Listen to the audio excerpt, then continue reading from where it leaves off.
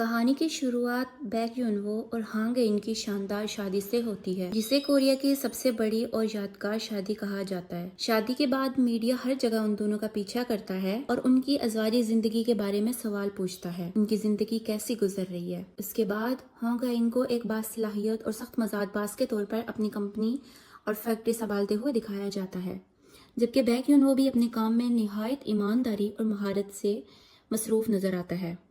बज़ाहिर दोनों की जिंदगी बेहतरीन लगती है, लेकिन हकीकत में शादी के बाद दोनों एक दूसरे से काफी दूर हो चुके हैं और इनके दरमियान पहले जैसी मोहब्बत और कुर्बत नहीं बाकी रहती। एक दिलचस्प मंजर में बैक युनवो अपने दोस्त से दिल की बात करते हुए मज़ाहिया अंदाज में कहता है, अगर मैं इतना हैंडसम और क्यूट ना होता तो तुम्हारी भाभी मुझ पर फिदा ना होती, और अगर मैं इतना प्यारा हूँ, मैं इतना क्यूट हूँ, तो इसमें मेरी क्या गलती है। यह मंजर कहानी में हल्का फुल्का मजाक पैदा कर देता है।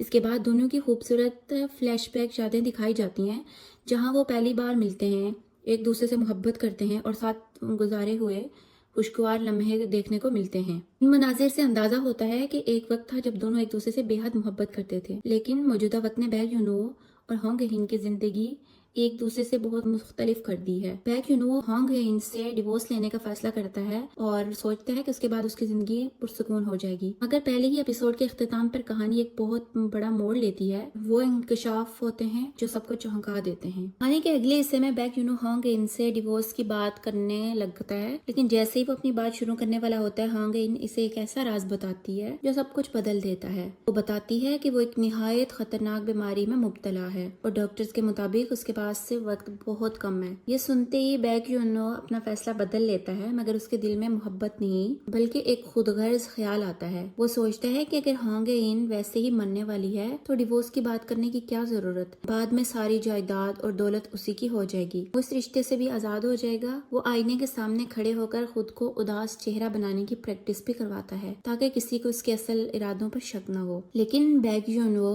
ये नहीं जानता कि किस्मत उसके लिए कुछ और ही लिख चुकी है और बहुत जल्द वो खुद अपनी ही बनाई हुई सोच के जाल में फंसने वाला है।